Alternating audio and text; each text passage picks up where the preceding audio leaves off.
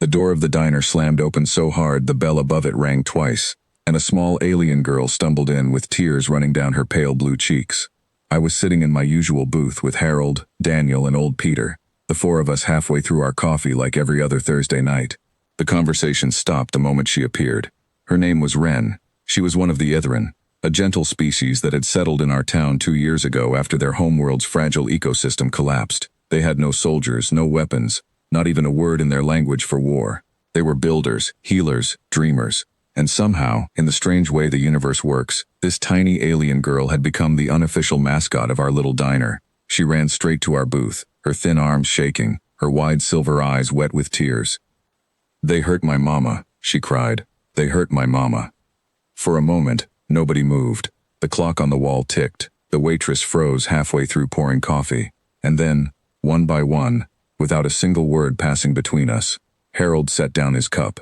Daniel folded his napkin. Peter pushed back his chair, and I reached for my jacket hanging on the hook beside me.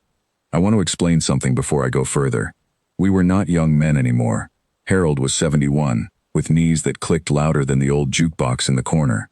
Daniel had a metal rod in his leg from an injury decades ago.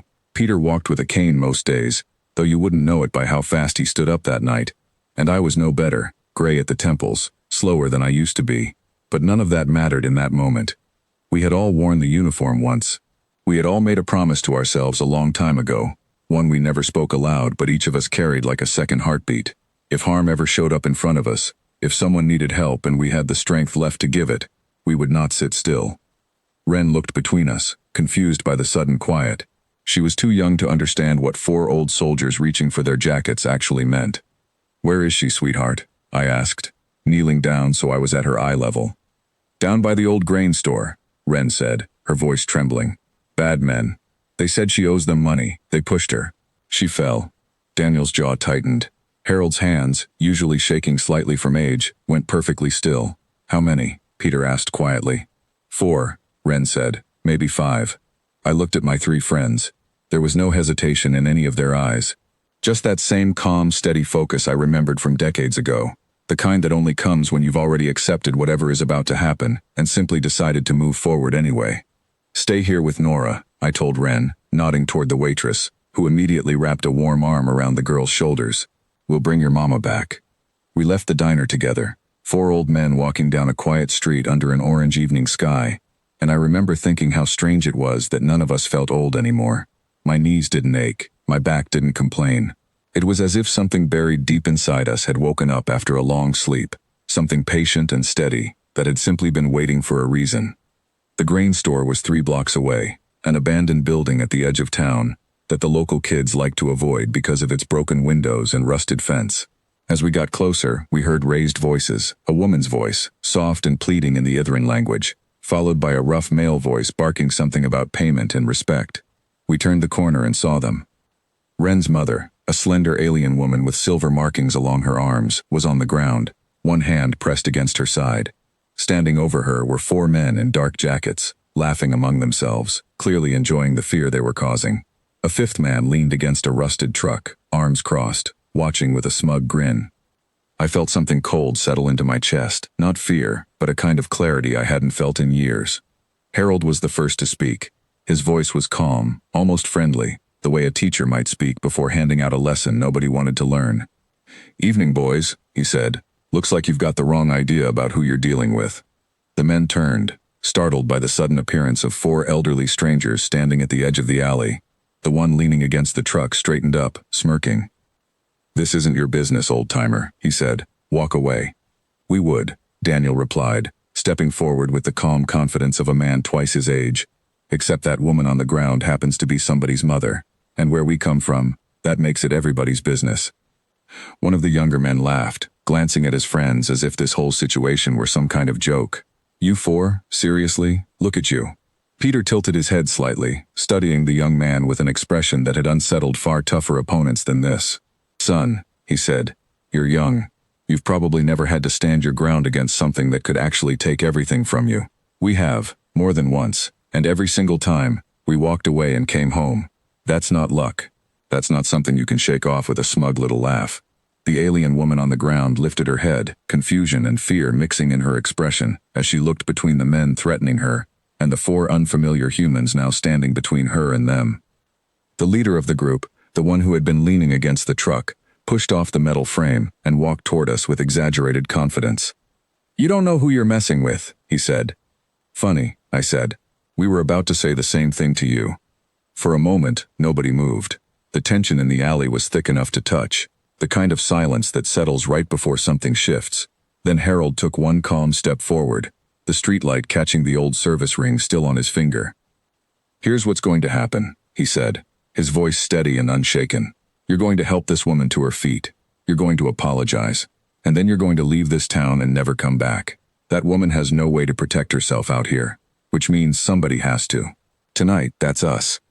The leader's smirk faltered, just slightly, as if some old instinct deep inside him recognized something in Harold's tone that his mind hadn't yet caught up to.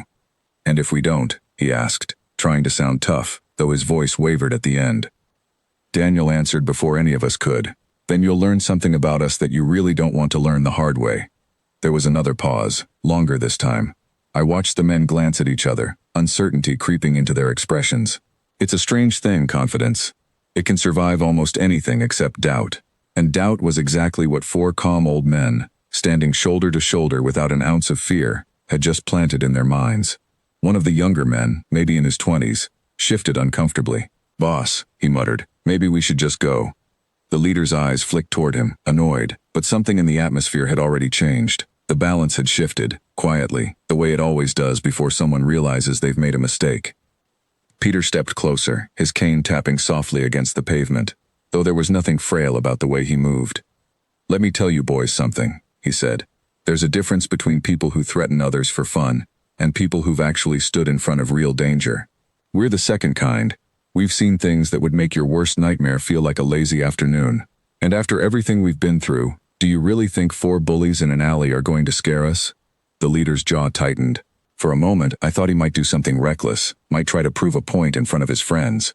But then his eyes moved past us, toward the alien woman on the ground, still trembling, still watching all of this unfold with wide, frightened eyes.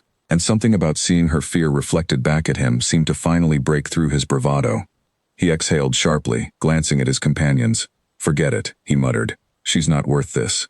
"Wrong answer," Harold said, his tone still calm but suddenly sharper. "She's worth everything. And you're going to help her up before you leave, or none of you are walking out of this alley feeling good about yourselves." The leader hesitated, glancing between us as if trying to calculate the odds, trying to figure out whether 4 elderly men could possibly be as dangerous as we appeared.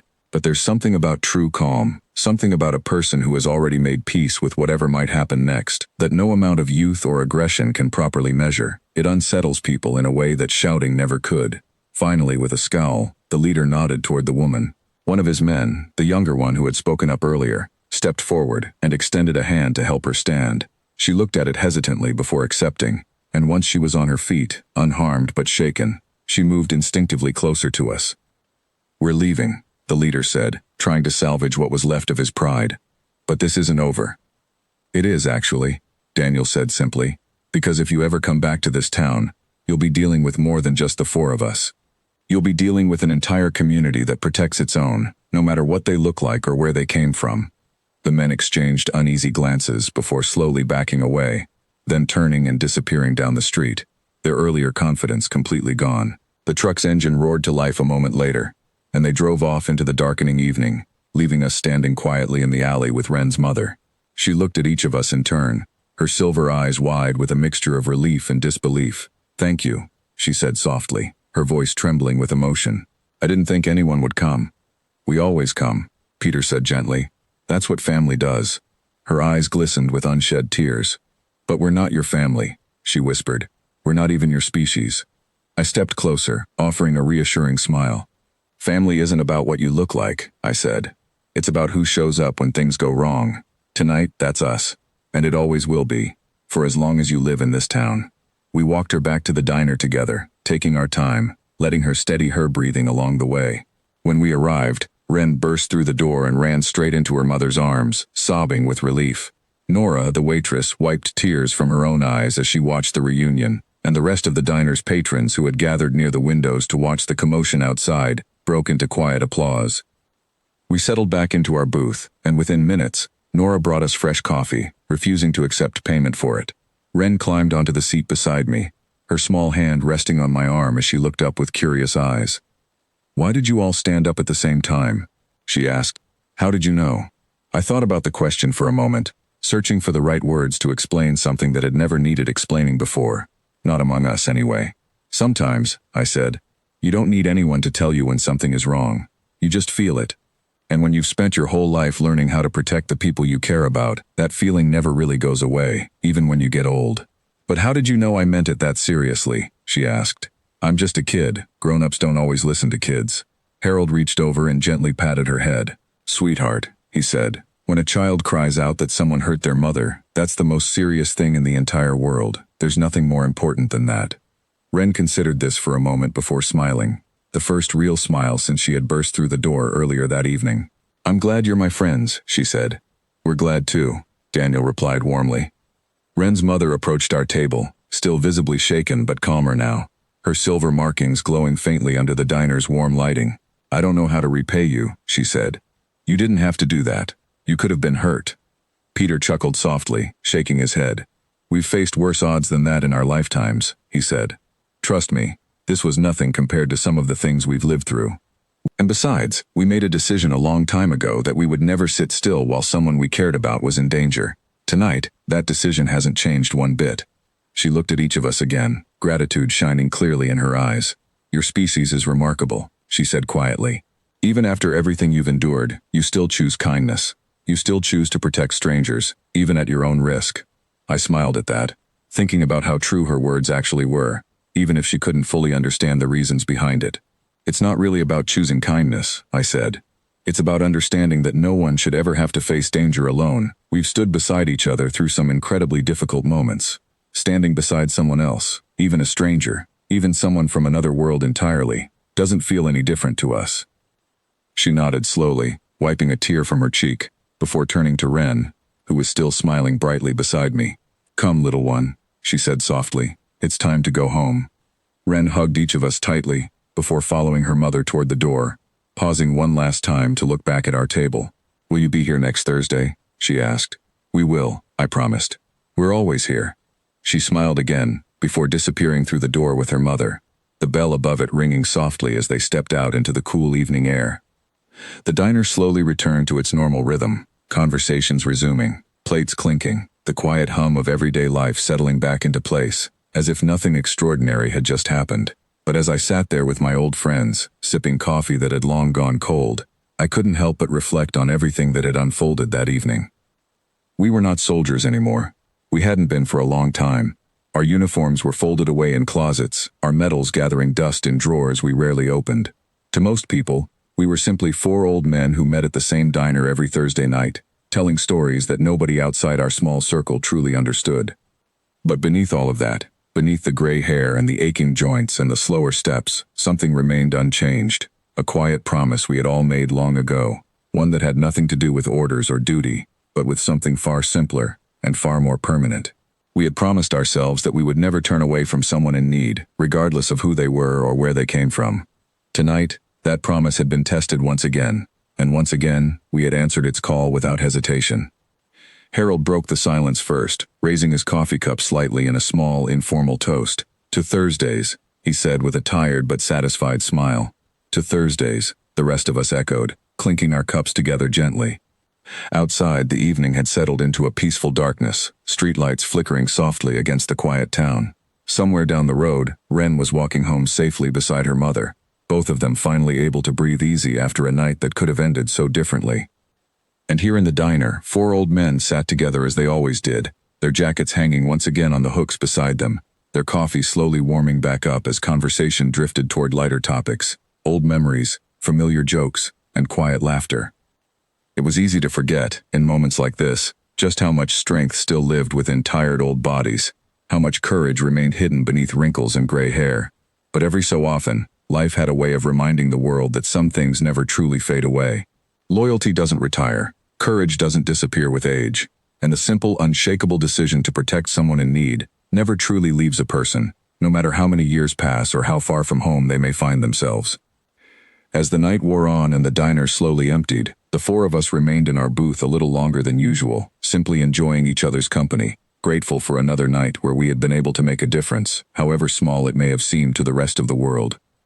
Because in the end, that was really all that mattered. Not the uniforms we once wore, not the battles we had fought long ago, but the simple, quiet choice to stand up whenever someone needed us, even decades after we had supposedly hung up our jackets for good. And as long as there were people like Ren and her mother who needed protecting, we knew we would always be ready to answer that call, one quiet Thursday evening at a time.